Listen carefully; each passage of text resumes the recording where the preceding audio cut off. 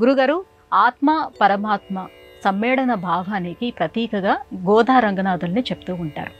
అయితే శ్రీ వైష్ణవ సంప్రదాయంలో తిరుప్పావై ప్రత్యేకత ఏమిటి? ఎలా మనం విశ్లేషించుకోవాలి తిరుప్పావైని?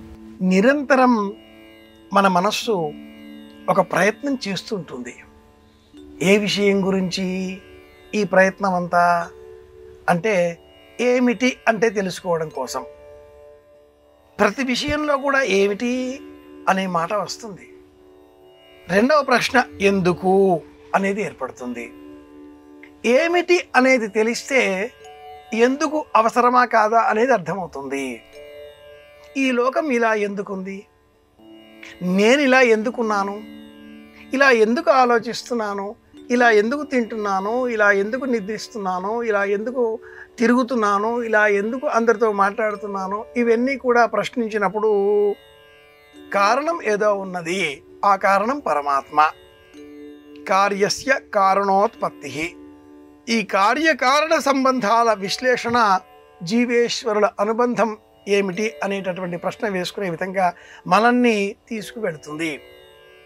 జీవుడు, ఈశ్వరుడు, ప్రకృతి, ఈ మూడింటి ఉనికికి సంబంధించిన విశేషమైన జ్ఞానం, దర్శన శాస్త్రాలతో సంబంధించినటువంటి విశేష జ్ఞానం విశిష్టాద్వైత విధానం.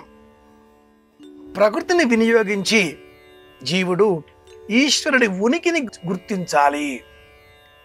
ఈశ్వరుడి ఉనికిని గ్రహించిన అనంతరం ఈశ్వరుడిలో తాను ఒక అంతర్భాగమే అనేటటువంటి జ్ఞానం సుబోధకమవుతుంది. ఇది అందరికీ వీలు కానిది కాదు కాబట్టి, అవకాశం లేనిది కనుకనే విశేషమైన జ్ఞానము, విశిష్టమైనటువంటి అద్వైతము అని దర్శనం తెలిసిన వారు విశ్లేషణ చేస్తూ ఉంటారు. తిరుప్పావై పాశురాలను అనుసంధానం చేసుకునే క్రమంలో గోపిక నీలాదేవి భవనానికి వెళుతుంది. ఆ భవనంలోనే కృష్ణుడు ఉన్నాడు అని ఎరుక కలిగి ఉన్నది. వెళ్ళే సమయంలో పూర్వం ప్రకృతిని గమనిస్తుంది. సూర్యోదయం, తెల్లవారుజామున విశేషాలు, పక్షుల కిలకిలారవాలు, ఆవుల అంబారవాలు, గొల్లెతలు మజ్జిగ చిలికే సమయంలో వచ్చేటటువంటి ధ్వనులు, అన్నింటిలో కూడా కృష్ణనామాన్నే వింటూ ఆ గోపిక ఒక్కొక్కరిని మేల్కొలుపుతూ కృష్ణప్రియ, స్వామిని, మధుర, గోపిక, ఇలా ఇతర గోపికలందరినీ కూడా మేలుకొలుపుతూ కృష్ణ నివాసం వైపు సాగిపోతుంది. ఈ ప్రయత్నంలో జీవుడి ప్రయాణం ఇది. ఈశ్వరుని చేరుకోవడం కోసం. చేరిన అనంతరం అన్న ప్రశ్న ఇక ఉత్పన్నం కాదు. చేరిన తర్వాత జీవుడే ఈశ్వరుడిలో లీనం కావడమే. గోదాదేవి పుష్పమాలికలలో, ఆ పుష్పాలలో తన ఆలోచనలను నిక్షిప్తం చేసి ఊహలు, మాటలు, ఆటలు, పాటలు, ఆలోచనలు అన్నీ కూడా ఒక్కొక్క పుష్పంగా ఆ మాలికలను అల్లి స్వామికి సమర్పించడంతో తన ఆలోచనల రూపంలో తనకు తానే అర్పించుకున్న విధానమే ఈ తిరుప్పావై, ఆముక్తమాల్యద, కోదై, పూలబాల, నోము వ్రతం. ప్రారంభం చేసే క్రమంలో జీవుడు తన ప్రయత్నం కొంత చేసి, తన ప్రయత్నం కూడదు, గురువు అనుగ్రహం కావాలి అనే మార్గంలో ఈశ్వరుడు చేరే ప్రయత్నం చేస్తాడు.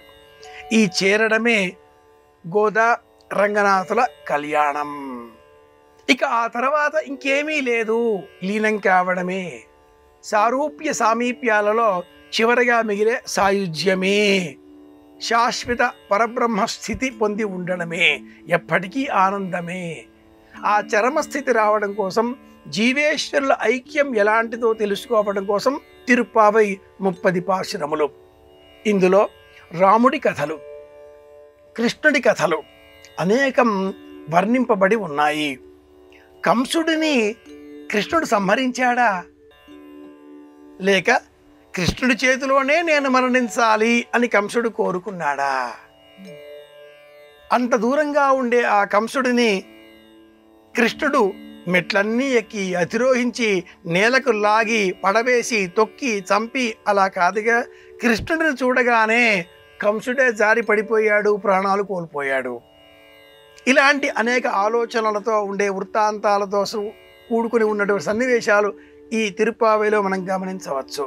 ఒక్కసారి ఆ ధనుస్సు చూడగానే రాముడు గుర్తుకు వస్తాడు. ఒక్కసారి పిల్లన గ్రోవిని చూడగానే కృష్ణుడు గుర్తుకు వస్తాడు.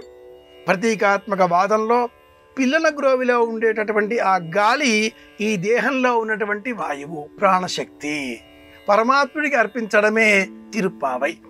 కనుక జీవేశ్వర సంయోగం ఎలాంటిదో తెలుసుకోవడం కోసం తిరుప్పావైను అధ్యయనం చేయాలి అని కూడా పెద్దలు చెప్తారు.